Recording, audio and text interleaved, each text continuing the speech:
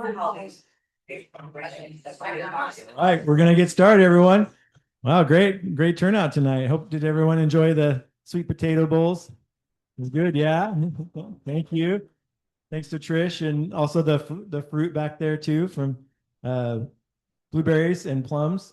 That from Nancy, right? And that from her property. So enjoy those as well. Yeah, thank you. Yeah.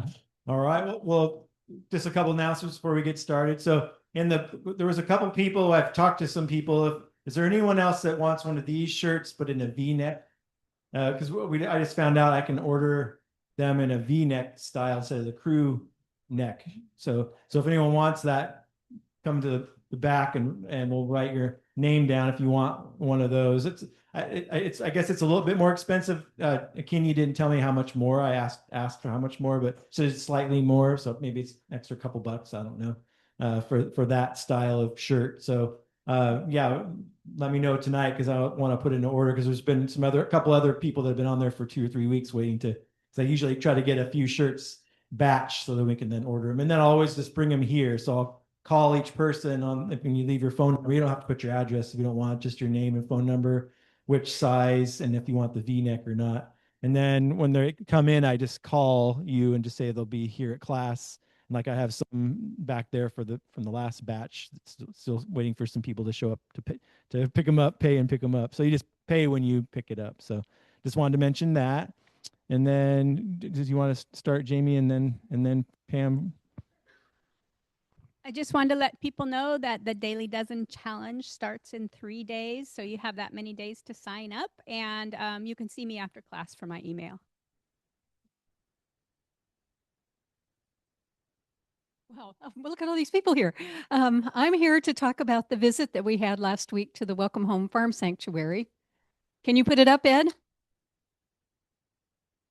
Plant-based peeps. This was us. We had a great visit last week. It was super hot, but everybody was really, really excited. And I want to give a special thanks to Dottie Rundles, who sent me a bunch of pictures to add to my pictures. So we'll just look through them. There's only a few. This is where Welcome Home Farm Sanctuary. And I love their mural, which is Peace Begins on Your Plate. And if you read this week's newsletter, I wrote about the World Peace Diet, which is peace does begin on our plates. Peace begins within ourselves, between us and animals, and then between us and people. So the next one. Okay, here we are.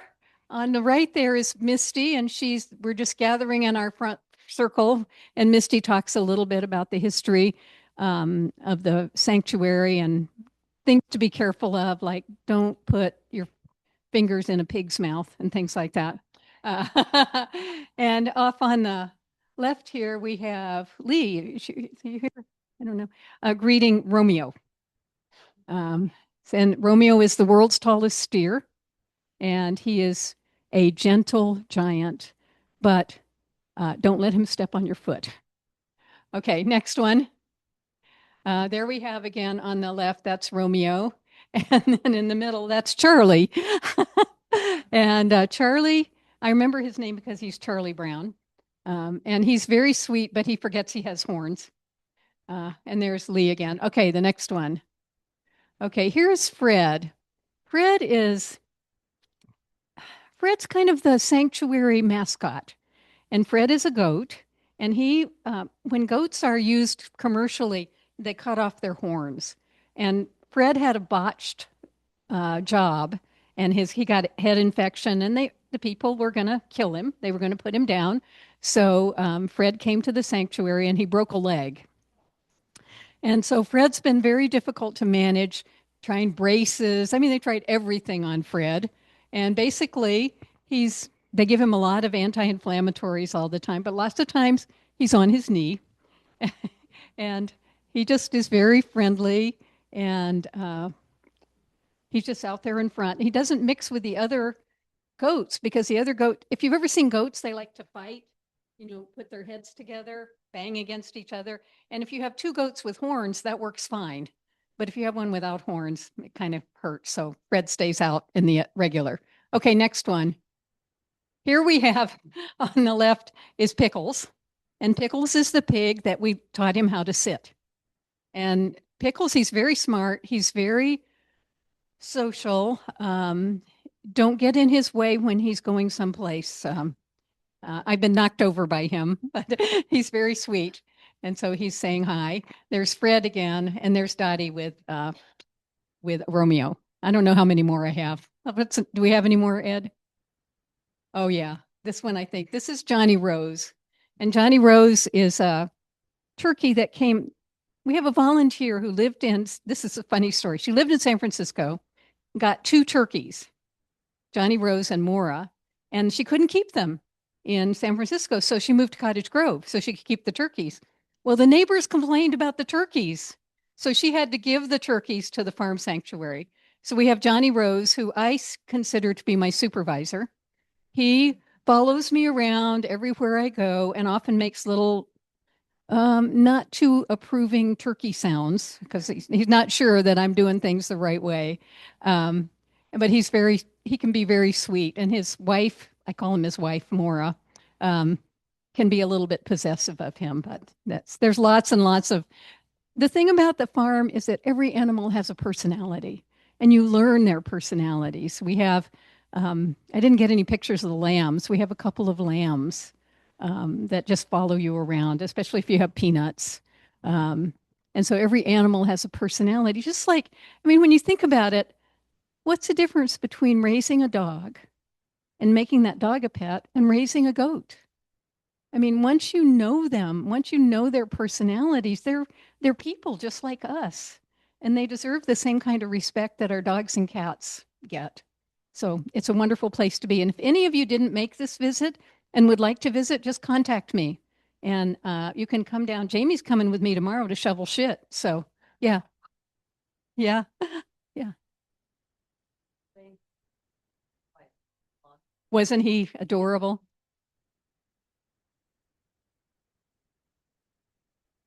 They're when they do welcome walks. If you're ever interested in going, you could sign up for one of their welcome walks on Sundays at 12:30. Just look at their website. And the kids there are really interesting. There's last year there was one little girl about 3 years old. Her parents had to bring her back every week. And she would just walk right up to the big animals. And we really had to keep an eye on her. Some of the other kids are like, I don't know, I didn't know pigs would really be that big, but it's very fun. Kids with these animals is really, really magic kind of thing. So anyway, thank you all for your support. And again, if you ever want to come work or if you ever want to come visit, just let me know.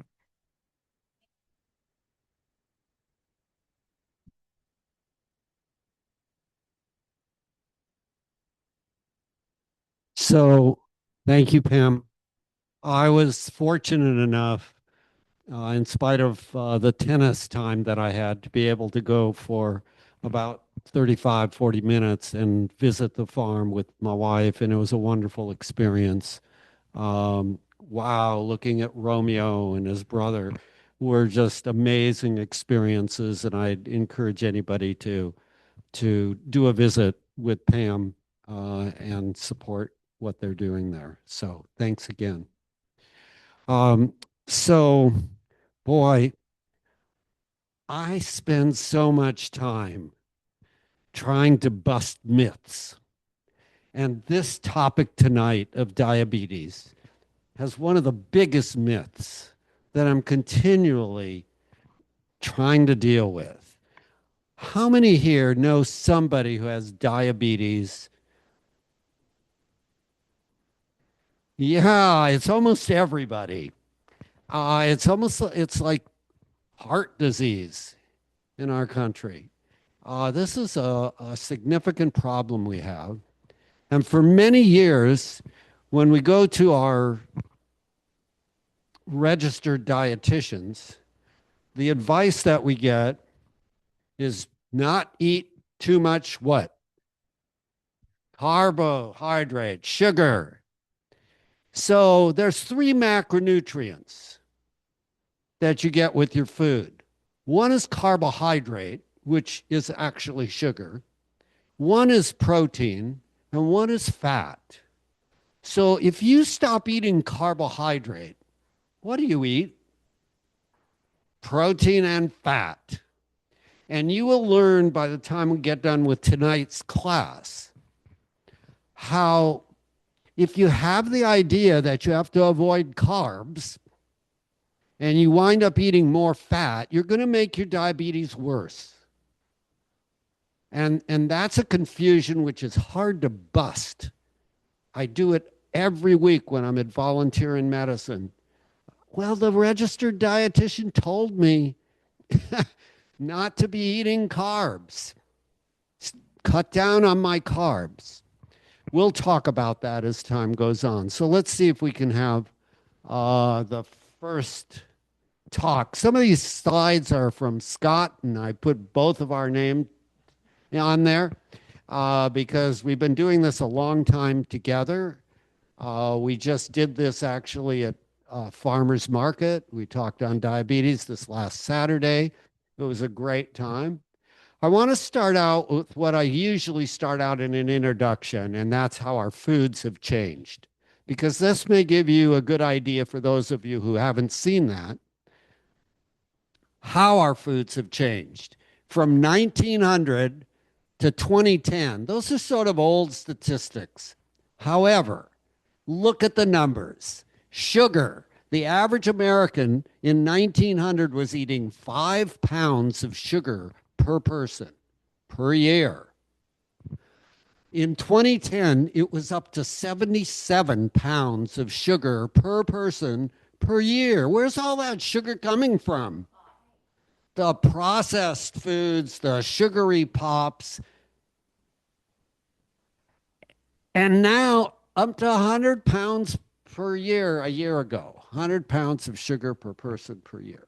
Now let's look at the oils and fats. It used to be 4 pounds per year.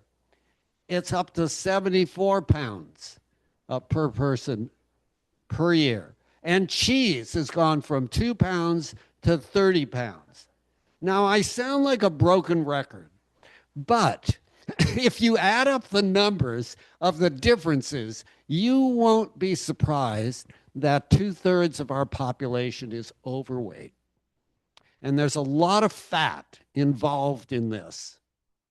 And that's led to an epidemic of our topic tonight, diabetes. The other figure I want you to pay attention to is the one with the question mark. It's fiber. And you're going to find out how important fiber is to actually control and reverse and prevent diabetes tonight.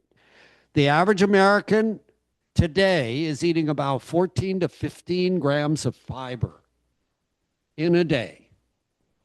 However, the countries that don't have chronic diseases like heart disease and diabetes and arthritis and overweight, they're not eating 14 or 15 grams a day.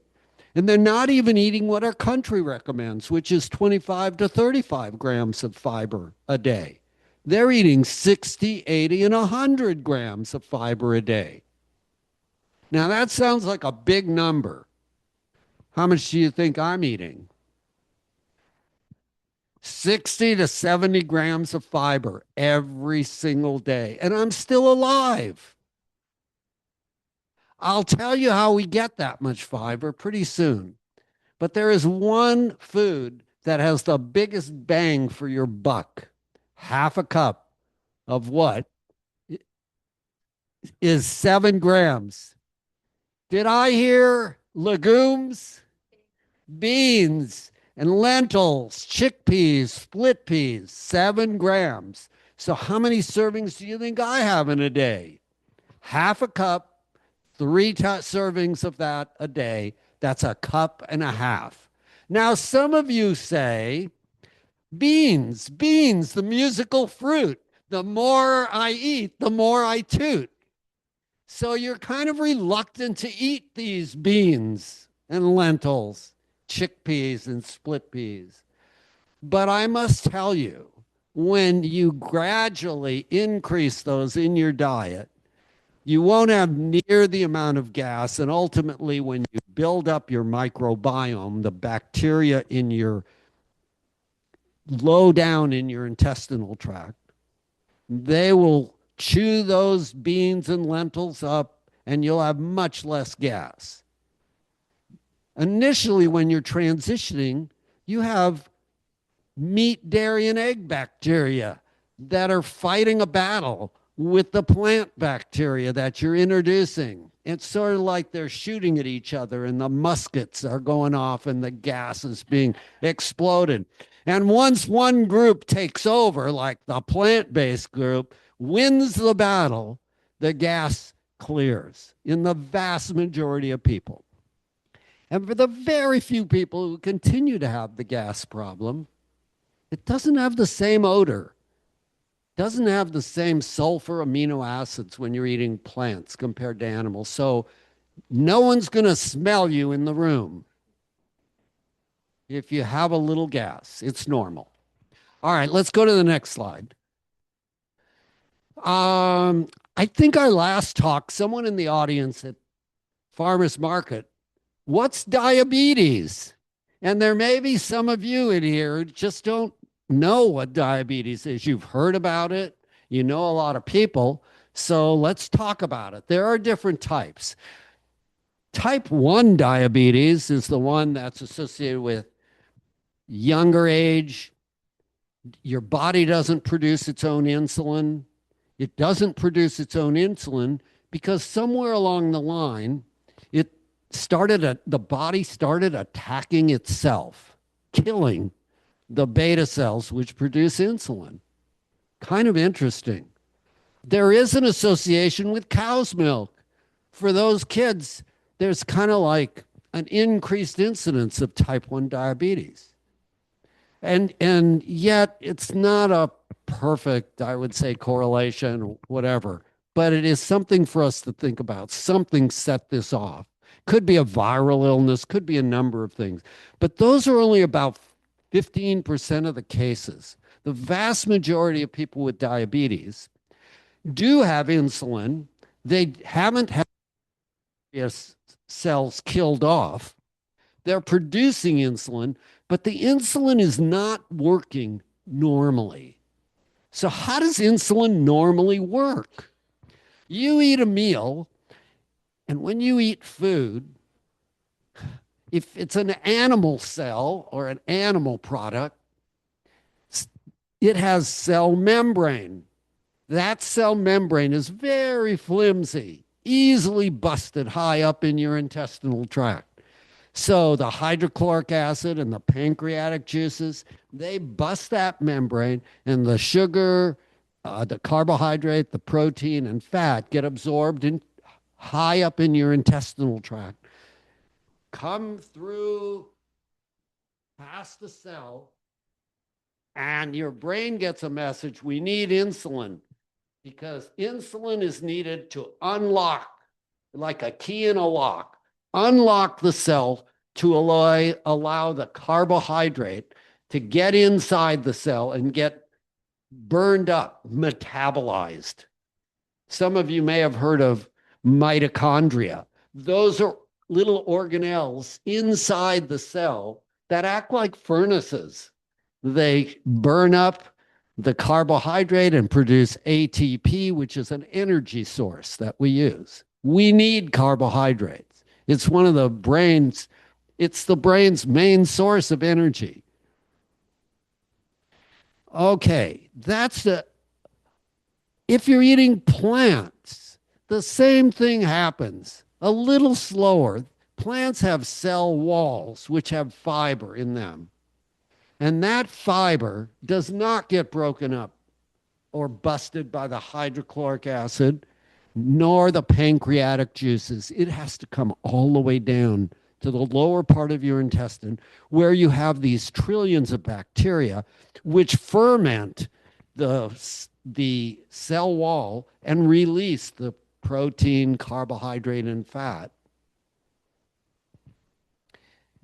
When the protein, carbohydrate, and fat are released down low in your intestinal tract, it stimulates what are called L cells. I call them lucky. Lucky because they produce what you see on TV every night, GLP-1, glycogen-like peptide. So What does that do? It lowers insulin resistance, decreases inflammation, and actually improves diabetes. Now let's get back. I got off track just a little bit. If you are normal, insulin gets released in the body, tells the cell to open up. It opens up, the carbohydrate goes in, gets metabolized, and you get energy. If you have insulin resistance, the insulin is not working, like the lock is gummed up. So the insulin comes in, and one way to look at it is the lock is gummed up. The other way to look at it is they're talking with each other. So the insulin says, open sesame. And the cell says back, no, I'm not opening up for you because I have too much stuff inside of me already. What's that stuff? That stuff is not sugar. It's not protein. There's one only item left. It's the fat. Excess calories in your diet get stored as fat. They pile up inside the cell. It's almost like if we take this room and we filled it full of boxes and there was no place for any of us to sit. We couldn't use this church as a meeting area. We would have to move the boxes out. That's what's happening with high insulin resistance. We have to move what's inside the cell out. Too much fat. How do we remove that? We exercise, we eat a diet that doesn't have fat in it, and we don't eat too many excess calories in the form of what? Refined carbohydrates? Because that's the way you can get a lot of extra sugar. When you're eating, you've had the fiber stripped away from foods as grown in nature. But if you're eating foods as grown in nature, you're probably not going to be eating too many calories. It has such low calorie density. All right, so the insulin comes over, says open sesame. The cell says no. Now you have what's called type 2 diabetes. How do you fix that? Anyone have a solution to fixing type 2 diabetes? It's not more insulin. You have enough insulin. It's just not working. So what might you do?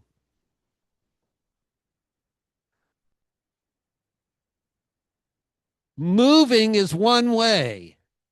Movement will help burn that up, but there's 3 things you can do. Number 1, you can change your diet and you can reduce the fat in your diet.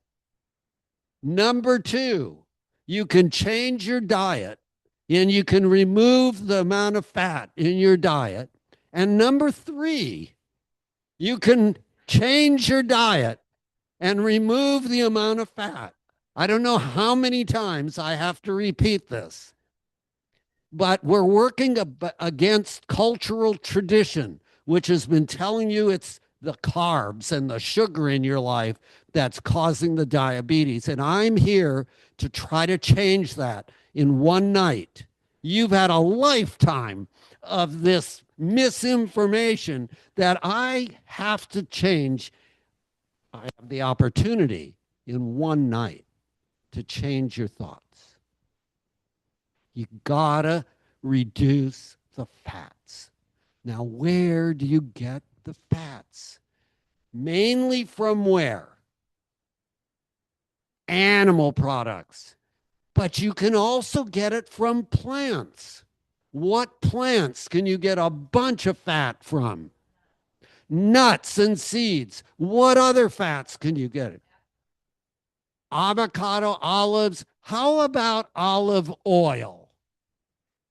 So if you're believing that the oils, olive oil, avocado oil, are healthy choices for you, and you have diabetes and you want to control that, I'm encouraging you to give this some more thought. What about cheese? It's only 70% fat. I mean, we all used to love or still love cheese. Why do we like it so much? It breaks down into what? Casomorphine, a morphine like substance that makes you feel good. It's not quite as addicting as heroin, but for some people, it's almost as bad. Cheese, it's a problem. And Dr. Neil Barnard has written a book, The Cheese Trap, and why it's so difficult to substitute other foods and eliminate cheese from the diet. So we've gone over some of the major contributing factors. Type 1, you don't have insulin, you got to take insulin. Could you develop resistance as a type 1 diabetic? Insulin resistance for the insulin you're giving yourself? Yes. If you're getting a diet with too much fat, you not only have type 1 diabetes, but you now have insulin resistance. It's like type 1 and type 2. And when I've had, there's Stu Stevens, who wouldn't mind me using his name, Stu and Sharon. He was type 1 for 20 years and he changed his diet. He he went from the standard American diet fare, which he had been learning about and how to control diabetes, counting the carbohydrates and figuring out how much insulin and carbohydrate, the ratios and all that. He came to a few of the classes, started eating totally whole food, plant-based, and he dropped his insulin usage by 2/3, saving him hundreds of dollars, literally. He lost 40 pounds. His insulin resistance came down. He still takes insulin, but it's a lot less. And let me tell you, the less insulin that you wind up taking, the less cancer risk you have.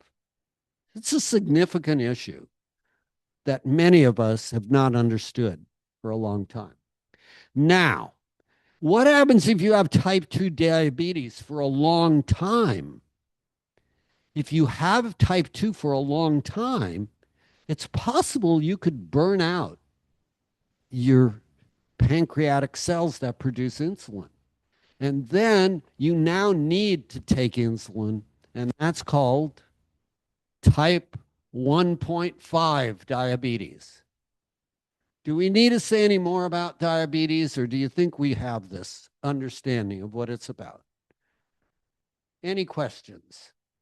No? Okay. Let's go to the next question. Yes. There are a couple tests that you can do, laboratory studies. I haven't actually ordered them. Scott's ordered them. There's an antibody test and some other test. And I kind of go clinically. If I see a patient that's not responding and they've totally cleaned up their diet and they're exercising and we can't seem to control their diabetes naturally, then start thinking we need to evaluate this person for type 1.5. Okay?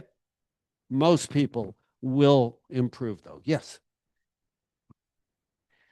Yeah, for latent autoimmune diabetes in adults. So it's just essentially you can still use that if you just burn out your beta cells, you don't make any more. But then there's these antibody tests. If you test positive, that just also means that your all immune system has attacked those cells, just like in someone with type 1 diabetes that end up with like just like you have type 1.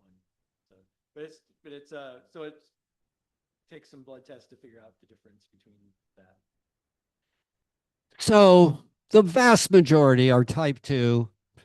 And so we can get into nuances, but let's continue on to the next slide. Unless you want to share your story about. Okay. We're going to play this. I've tried to give you a preview of this fat toxicity problem. Again, my goal is to change your thoughts after your lifetime of hearing it's the carbohydrates. Listen to what Dr. Greger has to say.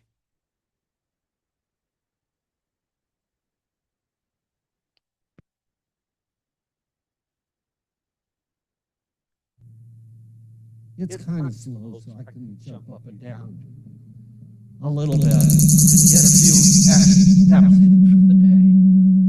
Just a few. Hopefully the computer kicks in at some point.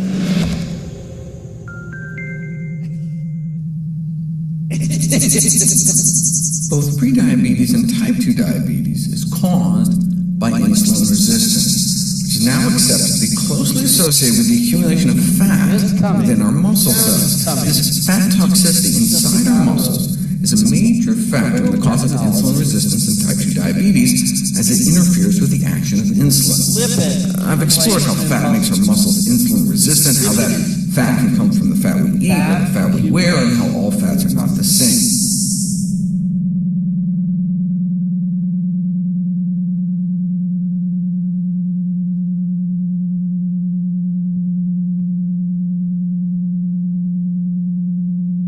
Not going to play.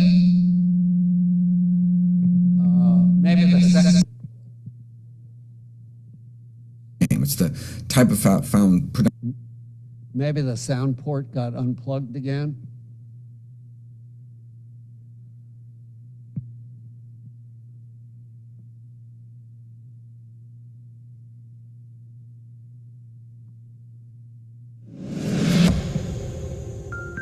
Thank you, wonders of technology. Both prediabetes and type 2 diabetes is caused by insulin resistance, which is now accepted to be closely associated with the accumulation of fat within our muscle cells. This fat toxicity inside our muscles is a major factor in the cause of insulin resistance and type 2 diabetes, as it interferes with the action of insulin. I've explored how fat makes our muscles insulin resistant, how that fat can come from the fat we eat or the fat we wear, and how all fats are not the same. It's the type of fat found predominantly in animal fats relative to plant fats. It appears to be especially deleterious with respect to fat-induced insulin insensitivity. But this insulin resistance in our muscles starts years before diabetes is diagnosed. This is a graph of fasting blood sugars in the 13 years prior to the onset of diabetes.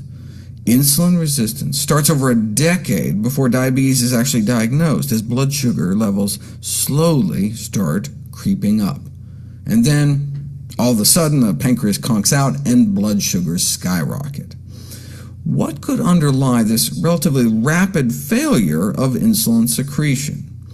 At first, the pancreas pumps out more and more insulin, trying to overcome the fat-induced insulin resistance in our muscles, and high insulin levels can lead to the accumulation of fat in our liver, called fatty liver disease. Before diagnosis of type 2 diabetes, there's a long, silent scream from the liver.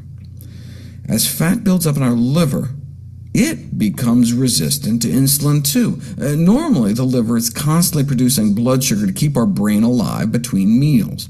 As soon as we eat breakfast, though, the insulin released to deal with the meal normally turns off liver glucose production, which makes sense since we don't need it anymore. But filled with fat, the liver becomes insulin resistant like our muscles, and so doesn't respond to the breakfast signal, and so keeps pumping out blood sugar all day long on top of whatever we eat. So the pancreas pumps out even more insulin to deal with the high sugars, and our liver gets fatter and fatter. That's one of the two twin vicious cycles of diabetes. Fatty muscles, in the context of too many calories, leads to a fatty liver, which leads to an even fattier liver.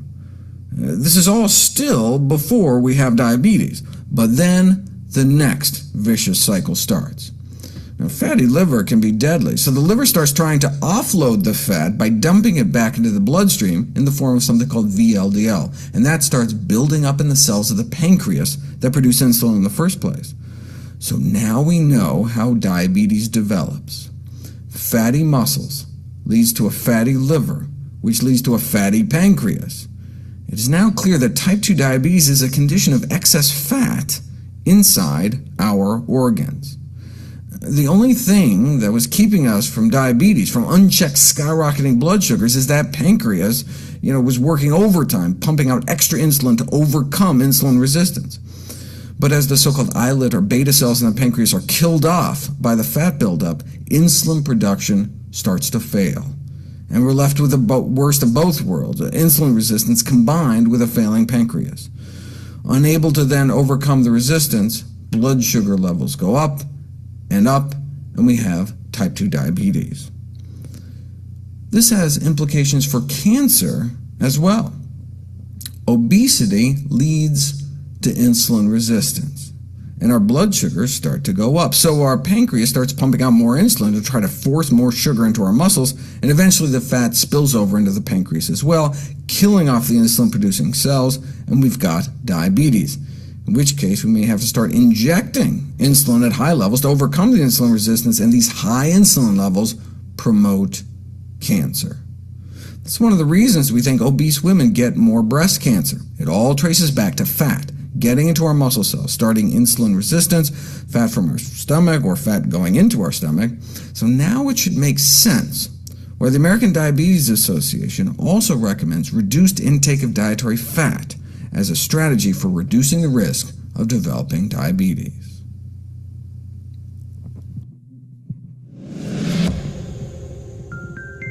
This is a problem. It's a major problem.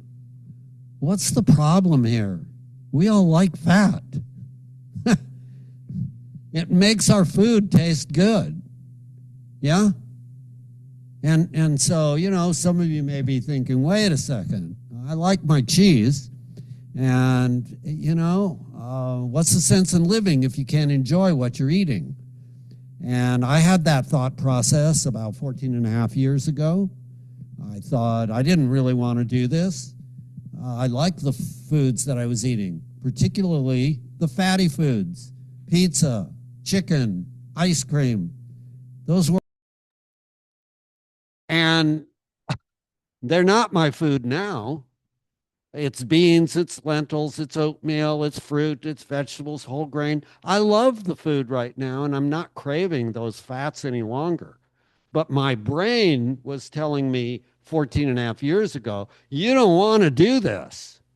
I did this for my wife's sake. I thought it would keep her from having heart disease. And by the way, it has. She's 77 now, no evidence of heart trouble, and she had a strong family history of it. So I understand this is a challenge. It's a challenge for all of us. And I guess I just am here to try to reassure you. Just because you choose to eat something different than you like right now doesn't mean you won't like a new food in the future. You've heard me talk about considering me as a travel agent, taking you to a new place. Not the Galapagos Islands, they're wonderful to go to. Not Maui or Sweden or Italy or Greece, all wonderful. New Zealand, those are spectacularly interesting, wonderful places. But the place that I find the most happiness is in a place called health. And, you know, you may go visit this place called health, where you eat different foods, you do different activities, meet with different people. You may spend a few days there and you come home and you say, that was kind of a fun vacation trip. And then you may do it a second time. And then some of you may choose to do what my wife and I have chosen to do. What's that? Go live there, move there. So that's our home. We have got this wonderful restaurant in our kitchen that has totally plant-based meals. It's really tasty. We have a series of friends that enjoy our lifestyle, where we do similar kinds of activities. And it's actually a wonderful place to be because we're not having to take a bunch of pills and worrying about our health. And that's what I'd love for all of you. Let's play the next video. Sometimes I go on a bit much, but I'm having fun with you all.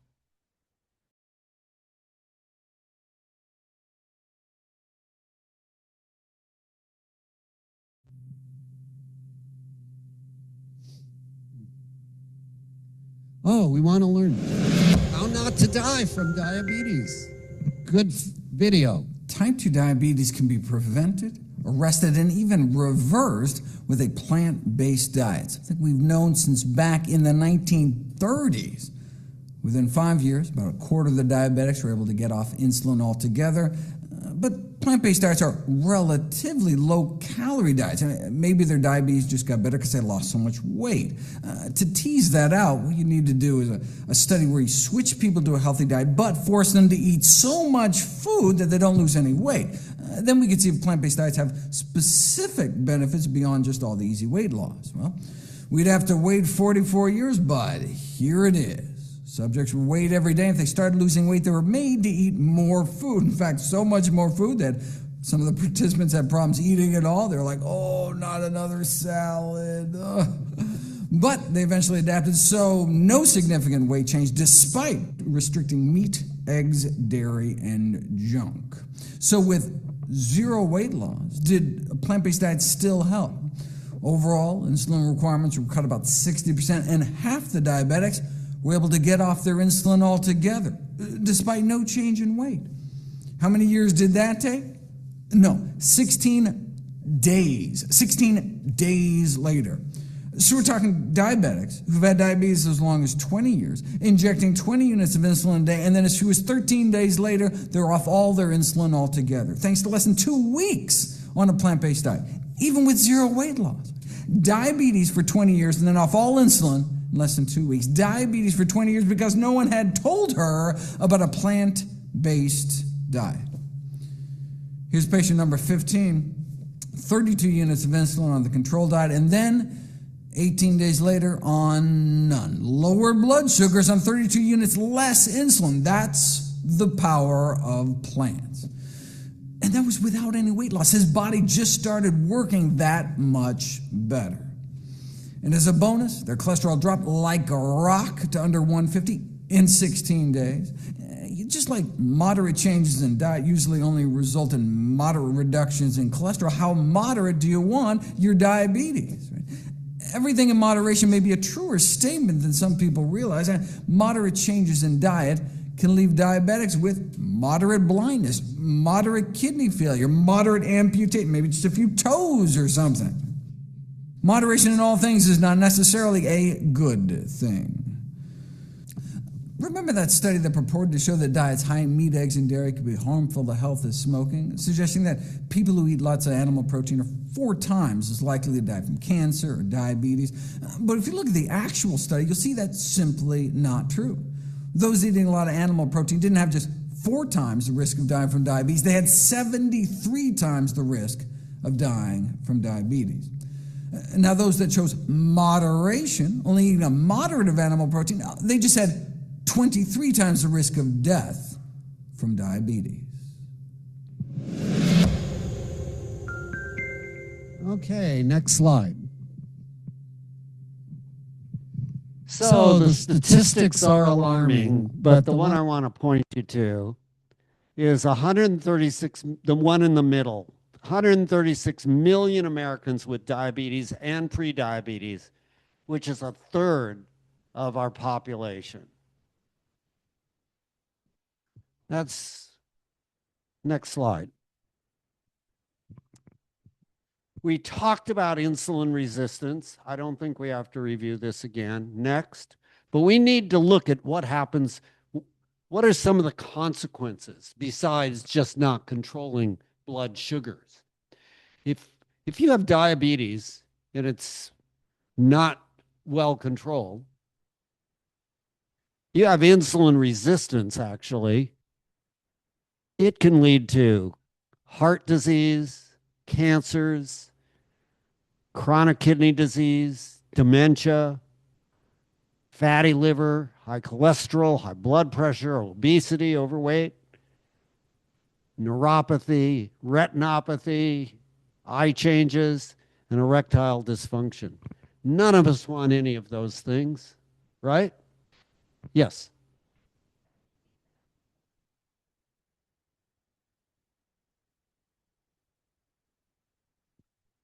Yeah, so neuropathy is one of the side effects of having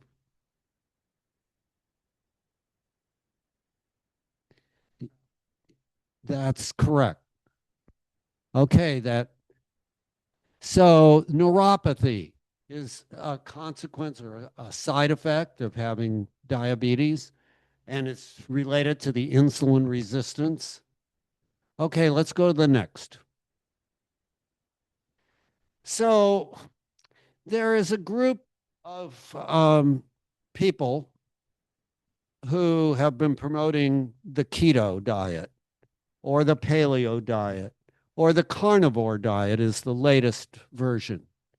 So what do you eat in those diets? You're eating a large amount of fat. What do you think that's doing to diabetes over time? Yeah, it's going to make the diabetes insulin resistance worse. You may be able to control a sugar, blood sugar. You may be able to lose some weight.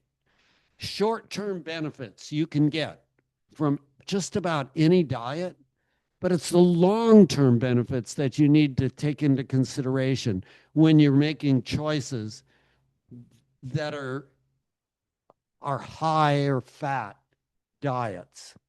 So if you don't want to have a shorter life expectancy, if you don't want decreased blood flow after a year to your heart, that's what the studies show. Those on keto, the one study we have is a nuclear med study, which shows decreased blood flow to your heart after a year on ketogenic diet, but on a plant-based diet, you have improved blood flow. Next slide. There are other lifestyle factors which can lower insulin resistance.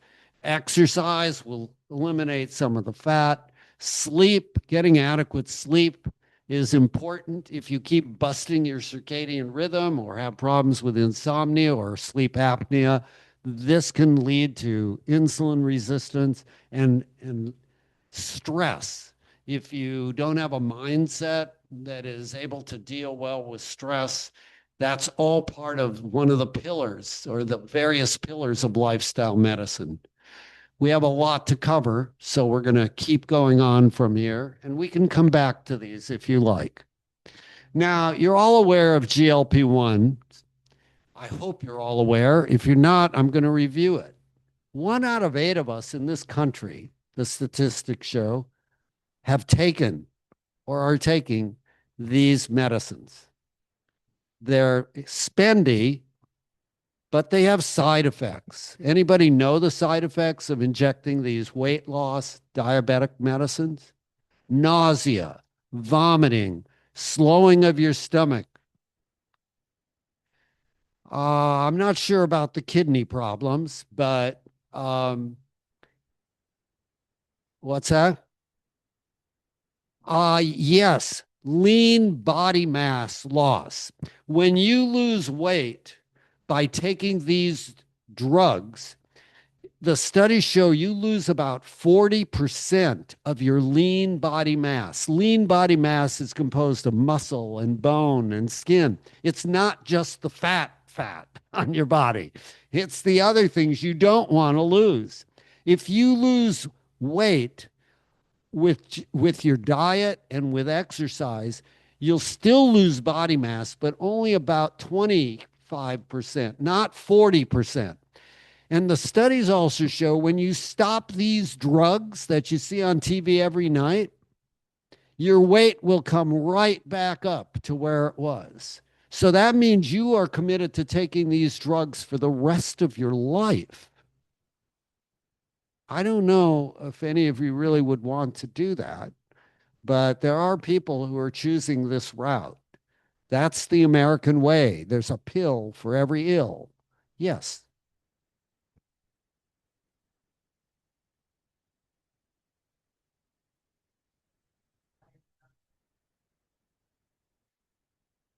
Yes, so that's what the studies show, that initially you get in a third of the people significant weight loss, but there's a large group that doesn't get any weight loss. But if you get a large amount of weight loss, the set point in your brain says, wait a second, are you starving me here? And your weight loss will plateau after about a year. And you're going to not be losing more weight, but you have to take the medicine. the rest of your life, unless you've changed your diet and are exercising more and working on these other life factors. Okay, next slide. So that's what this slide says, that you plateau after about a year. Next slide. So when people lose weight, they lose about 25% of their body weight on some of these drugs. So let's say they're 200 pounds and they lose 25%. They lost what, 50 pounds? They still may be overweight, even after losing that. But the lean muscle mass is lost, and we just went over this. Let's go to the next slide. Why patients quit. Based on 169,000 real-world patients using GLP-1 for weight management, most individuals didn't stay on the prescribed treatment for even 3 months, and half take the drug for only 2 months, and 80% quit by 6 months. Why? Because of the side effects. Next slide. What did we do before we had insulin? How did we treat diabetes? It's been around for a long time. Let's take a look. Gregor has a good video on it. Next. Oatmeal. The room's silent. Do you believe this? Is it possible? Oatmeal improves insulin sensitivity. It contains soluble fiber. It forms a gel in the intestine. It slows the glucose absorption, or the carbohydrate absorption. It reduces blood sugar spikes, reduces your calorie intake, and it changes your microbiome.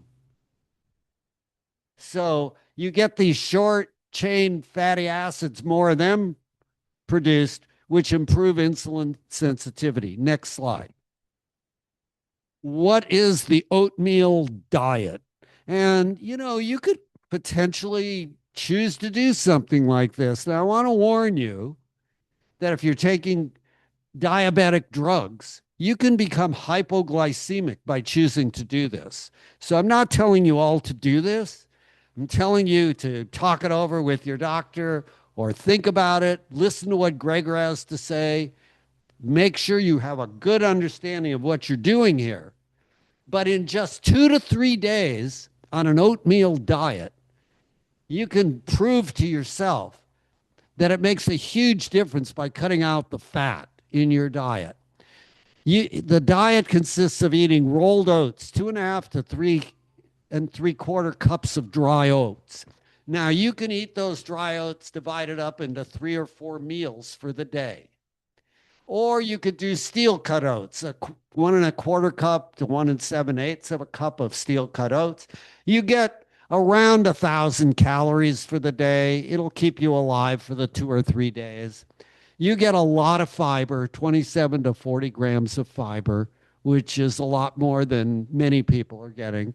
You get plenty of protein, 33 to 51 grams of protein. And you need to be careful if you're taking drugs, because you can really get low blood sugars. You need to be checking that to make sure you're okay, not getting shaky. Next slide. The research shows when you do this for 2 or 3 days, improved insulin sensitivity, better post-meal glucose control, lower LDL cholesterol, increased fullness, help with weight loss. It's inexpensive, and you get a lot of minerals and vitamins by doing an oatmeal trial. And if I have someone who's kind of been reluctant to do a totally whole food plant-based diet, I say for maybe 2 days, you could just try this and check yourself and see what happens. Try to experiment with yourself. But I do this at the clinic, and I'm following them. I'm just sharing this with you. I encourage you to go to nutritionfacts.org. Listen to Gregor's video on the oatmeal diet. Yes. No, you don't have to cook them. If you want to cook them, you can. Okay, next. Next slide. Okay. Fiber is the most underrated nutrient. It's essential for our microbiome. It influences metabolism, immunity, and hormones. Next slide. Most Americans are not eating near enough. Our country recommends 25 to 35. But as chronic disease rose, the fiber intake fell.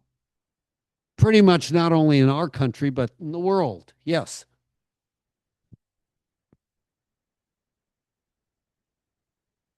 For me, the steel cut has a little bit more fiber, but I've looked it up a couple times and it says it's got pretty much the similar amount. So whatever you'll eat is fine. Don't think that one is really superior. Eat what you like the best. We started with rolled oats, thick rolled oats for many years, 6 years, our first 6, 8 years. Then we started doing a little steel cut oats, but my wife didn't like those. But then we went to groats, which is the original form. The steel blade does not cut the oat. And we like that, and that's what we're eating. And somehow we convinced the compadre in crime here, and that's what he likes also, Scott. We cook them in different times. My wife likes the 24-minute Instapot oats, groats, and Scott likes the 40-minute. He cooks them for 40 minutes, probably a little bit softer, but same nutrient value. Okay, next slide. Oh, what is fiber? Does anyone know where fiber comes from? When you eat a plant, do you know where it's located in every plant? The cell wall. Absolutely. The cell wall. You got it. Okay, good. We're coming along here. That cell wall needs to be fermented by the gut bacteria, the microbiome. Next slide. This is what fiber looks like. Now, some of you may be chemists and you say, wait a second, those are sugar molecules. That highness in my voice reminded me of the dietitian down, who is it? Novak. Yeah. The sugar molecules, that's what this is, and this is.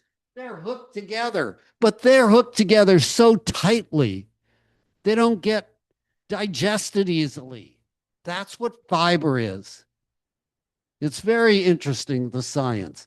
It makes up the cell wall, and this is going to be a fix, a treatment. Next, a prevention. Fiber comes in soluble and insoluble forms. The soluble form is that mushy gel, overcooked oatmeal. It hooks up with excess cholesterol, excess estrogen, toxins in your colon, and wheelbarrows them right out. So you have less disease. The insoluble fiber is the food for your microbiome. It's the celery-like stick that, is kind of hard. It's not mushy. That is insoluble fiber. You need both. Now, there is resistant starch that comes from cooking potatoes, beans, rice, and letting it cool down, and then eating the leftovers. And it has insoluble and soluble properties. So those are healthy choices to increase the fiber in your life. Next slide. This is that resistant starch, green bananas, potatoes, beans, rice. I don't always remember them all, but if you cook them, refrigerate them, reheat them, it's a healthy way to eat. Batch cook for 5 days or so. Next slide. Fiber is the food for our microbiome. If we feed them their food, the bacteria, they'll feed us back short chain fatty acids. And they'll also feed us back serotonin, feel-good hormone, anti-anxiety, antidepressant hormone. 70 to 90% of our serotonin in our body is made in our microbiome. And by the way, serotonin is a precursor to our sleep hormone, melatonin. So if we don't have enough fiber, our sleep can be disrupted. Our mood could be anxious or depressed. Not enough serotonin. Next. We can populate our microbiome by what we feed. If we're eating meat, dairy, and eggs, we are going to populate our microbiome with bacteria called Bacteroides. Those Bacteroides in the middle are going to produce this compound, TMAO, from the carnitine and choline that we eat, and that will push bad cholesterol, LDL cholesterol, into our arteries. Now, maybe you want that. I doubt it. If you're eating plants, you'll be populating your microbiome with Prevotella. Those are the bacteria that produce the butyrate and the serotonin, the ones I want, and you probably do too. Next slide. We feed the good bacteria, they feed us back. That butyrate is the short chain fatty acid, which turns off hunger and is anti-inflammatory. I told you about serotonin, the wheelbarrow effect I told you about, and the statistics are what are important. Let's go to the next slide. Well, they're not on there. I'll tell you the statistics. For every 10 grams of fiber you add to your life, to your meals, you'll reduce your heart attack risk by 10%. You'll reduce your colon cancer risk by 10%. You'll reduce your breast cancer risk by 4 to 7%. For every 14 grams of fiber you add to your diet, you'll feel just as full and satisfied with 10% less calories because of the bulk and filling you up. How much fiber is there in lentils and in beans? Half a cup, 7 grams. Do 3 of those a day, you have 21 grams of fiber right there. Every serving of fruit has 3 grams of fiber, about, plus or minus a bit. Another 10 to 12 grams of fiber. We're at 21, and 12 is 33. Let's do 3 servings of whole grain. Another 3 to 4 grams of fiber, another 10 grams. We're at 41. We are going to do 5 serving of vegetable. There's 4 grams of fiber in each serving of vegetable. That's another 20. We're up to what? 60. And then a serving of nuts and seeds, maybe a quarter cup to a third of a cup of nuts is okay. You don't have to give up every single fat in the world. you just, this is a kind of a moderation concept that some nuts are actually healthy for you. That's what Greger says the studies show. And a tablespoon of ground flaxseed, maybe another tablespoon of ground chia seed. You're up to 70 grams of fiber with a few extra nuts. Yes. Can you overdose on fiber? It's highly unlikely. If you're getting enough water, that's an important concept, drinking enough water in your life. I personally have not seen anybody who's overdosed. You could take supplements, which would probably give you diarrhea if you ate too much fiber. There are some people who may have had a stomach stapling where if you filled their stomach up with too much fiber, maybe it wouldn't pass through. What else can I think of? Too much fiber. I don't think so. If you're eating foods that's grown in nature, you're going to fill yourself up and you're going to stop eating before you eat too much. That's the reality. Yes.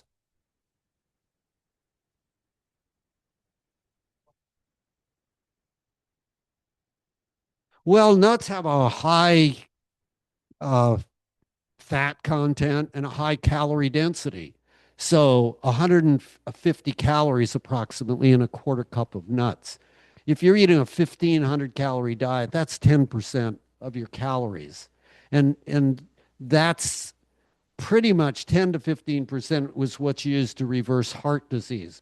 When you're going into higher quantities, if you were exercising a lot, doing a marathon running and whatever it might be, maybe you need to eat more nuts in your life. But for the average person, what you're going to do is wind up eating more calories and then storing the excess calories as fat and making your diabetes worse.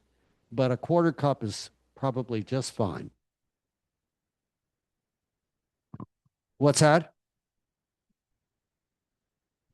What raises your blood sugar level? Too many nuts.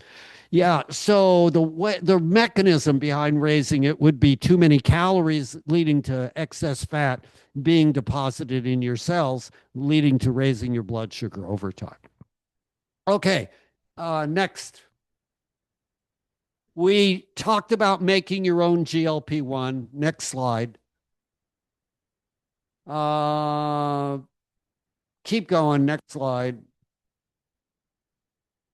Fiber is great for weight regulation. Do you remember that statistic I just told you? For every 14 grams of fiber you take in, that's what, 2 servings of legumes? Or it could be, what, 3 servings of veggies? Close to that, 3 or 4. It will help you lose weight. Next slide. More reasons to eat fiber. It normalizes your bowel movements. If you've ever had constipation, you'll understand the benefit here. It helps maintain your bowel health, less hemorrhoids and diverticular disease, less colon cancer. Who doesn't want all those? I sure don't want hemorrhoids. Lower cholesterol levels, reducing blood pressure and inflammation, helps control blood sugar levels, helps achieve healthy weight. And you live longer, less risk of dying from heart disease and cancer. Why wouldn't we want to be eating more fiber? And I'm not talking about fiber in the supplement aisle. I'm talking about fiber where? Foods is grown in nature. Next slide. Let's see the best sources of fiber. We've been over them. Beans and lentils, 7 grams. Vegetables, 4 grams of fiber. Fruit, 3 grams of fiber. Flax and chia seeds, 3 to 5 grams. Whole grains, 3 grams. You can do the math. It's really easy. But you know something? What's really good about this is the food tastes great. I love what I eat. And for those of you who are able to see what we eat, the colorful kinds of options that we have, and the various flavors, it's a treat, truly a treat. Next slide. We talked about how much fiber is enough. If you're worried about it getting too much fiber, like overdosing, just add an extra 5 grams of fiber once a week for a while. An extra serving of fruit, an extra serving of vegetable, a serving of whole grains. You don't have to do this all tomorrow. Next slide. The big takeaway, here it is. It's the message at every single session. Eat more plants. I love that. Feed your microbes daily and let your body make its own medicine. And with the eat more plants, you'll be pushing out and eating less what? Animal products and crap, calorie rich and processed food. Next slide. I think we're done. Is that it? Oh my word, we ran out of slides. That is great. We have time for some questions to have some fun. It doesn't have to be on diabetes. It could be on any topic. And Scott and I will answer your questions. Yeah.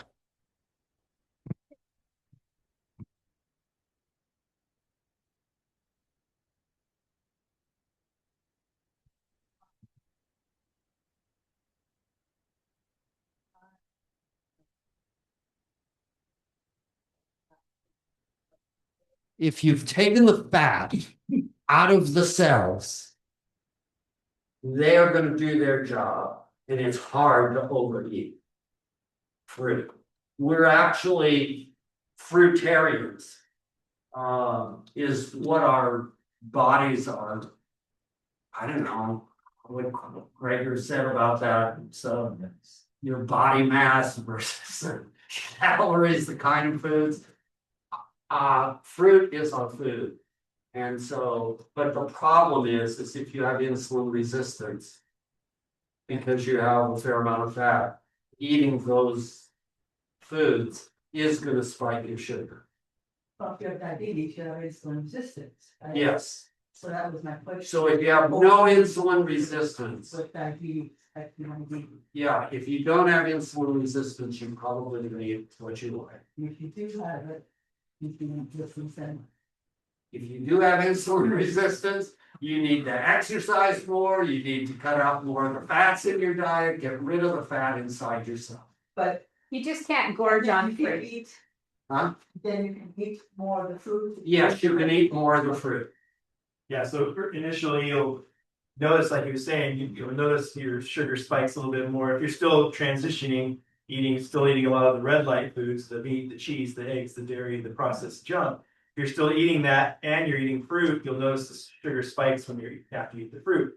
But as you decrease the crap, the red light foods, you get that fat out and the insulin resistance goes down. Then, 3 months later, 6 months later, you'll eat the same amount of fruit and your sugar will not spike anymore because you reverse the insulin resistance. So ultimately, the fruit is part of the solution because it's full of fiber and water and nutrients and everything you need. And so you don't want to drink fruit juice or eat don't want to eat processed sugar, but fruit is good. So you can essentially eat as much fruit as you want, even with diabetes. You just have to realize, okay, my sugars are going up quite a bit when I eat the fruit, but that's okay. It'll come down as I get rid of the red light foods. If you're not willing to get rid of the red light foods, then it could be a problem. And you'll have to use more insulin, or if you're on insulin and things like that. So, Charlie, is this the information in this book? Is that the basis of? Is it the basis? Yeah, so she's got this book she's holding up, is Mastering Diabetes by Cyrus Kambata, Robbie Barbaro. It's a good one. It's one of the ones we have in the library. It's good. It's good. Yeah. So it talks all about insulin resistance, and they're both those authors have type 1 diabetes, but they go over all the different types of diabetes, go over insulin resistance. Cyrus Kambata, he has a PhD in nutritional biochemistry, and he did his PhD on insulin resistance, so he's really knowledgeable about it. So it has good information in it. Really good information. Yes. Does anybody have a glucose monitor, continuous glucose monitor that they're using on a regular basis? I have to caution people who have that. What happens is someone takes that monitor home and they eat a food and they say, oh, the banana is causing my sugar to go up. But you got to think about this. The reason the banana or the fruit is causing that spike, it's not just today. It's what you've been eating over the last 3 months. So if you've been eating high amounts of fats, it's going to spike up continually and you're going to get confused and you're going to say, I can't eat fruit because my blood sugars keep spiking. You got to cut the fats down. Scott was alluding to this for several weeks to a few months, and then start checking and seeing whether you're getting those spikes. So be careful about how closely you're monitoring on those continuous glucose monitoring devices. I know doctors like them because it's good to put numbers down, but just have your thoughts. Why is my sugar spiking? Is the problem what I'm eating today, or is the problem what I've been eating the last 3 months? And if I change that, will this go away, this problem of sugar spiking? For 10 years. For 10 years? Yeah. Yeah, so did you hear what he said on the video? We held it for 10 years. Yeah. Decades. For within just 16 days, you can improve things. Yep. Okay. I like to share this. Ice cream was one of my favorite foods. Maybe the time I was a small child. After I started talking with you and this, I decided not to eat ice cream. So I didn't eat ice cream for 6 months. And then I got an ice cream cone, and you know what? It didn't even taste good. I don't know whether to apologize or clap. Congratulations. Okay, back here, and then we'll come over here. So my question kind of, last week you talked about what kind of vitamins you would need if you were eating a plant-based diet. And I'm not having any more dairy products, and I'm worried about not getting calcium in my body. Is there a lot of, what foods can you eat to get the calcium around? Beans and greens. It's the greens and the beans in your life. What foods can you eat to get enough calcium? That was one of the first questions I was asked in another talk earlier today. How do I get enough calcium? Where does the cow get her calcium from? It's from the grains in their life. We have two opportunities. Collard greens, a cup holds 225 to 250 milligrams of calcium. A cup of kale or arugula, about 180 milligrams. If you have 3 handfuls of dark green leafies, you're going to be getting about 600 milligrams of calcium. Is If broccoli, you add, does broccoli count in that? yes. If you add beans in that, you're going to get another 100 each serving of beans, another 300 for each half a cup of legumes. You're up to 900 now. You have a serving of soy, and you're going to be around 1,000. In Europe, I think it's 700 is what they recommend getting. Our country says 1,200 with the industry influence. You can believe who you want, but you'll get enough calcium, and your body regulates it very closely, not to worry. Fiber is what you should be focusing your attention on. How do I get enough fiber? So, and what Back here first, then we'll come here. not me now. Yes, Yeah, you. okay. One of the slides said fiber, resistant starch. And I remember the vegan docs from Chula talking about McDougall had this big thing about starch, but I never understood what. Are they the same thing? So he was. Yeah, the question is about starch and resistant starch. So there is the starch-based diet Dr. McDougall was famous for. So starches are the starch is just the storage organ of a plant. So it's where it stores its energy. So the bean is the carbohydrate storage, energy storage for the plant that grows above it. Same with the potato. Same with grains. Basically, the part we eat is the starchy part. That was where all the carbohydrates are, and that's what starches are. Not the starch for your collar. When you're with clothing, it's actually the whole plant starches. And so, what the difference between starch and resistant starch is, you make starches more act like fiber, which is called resistant starch, by first heating them up. Like you could bake 2 or 3 sweet potatoes or Yukon Golds or red potatoes, whatever, and then chill them in the fridge, and then either eat them cold or just reheat them in the oven or the microwave.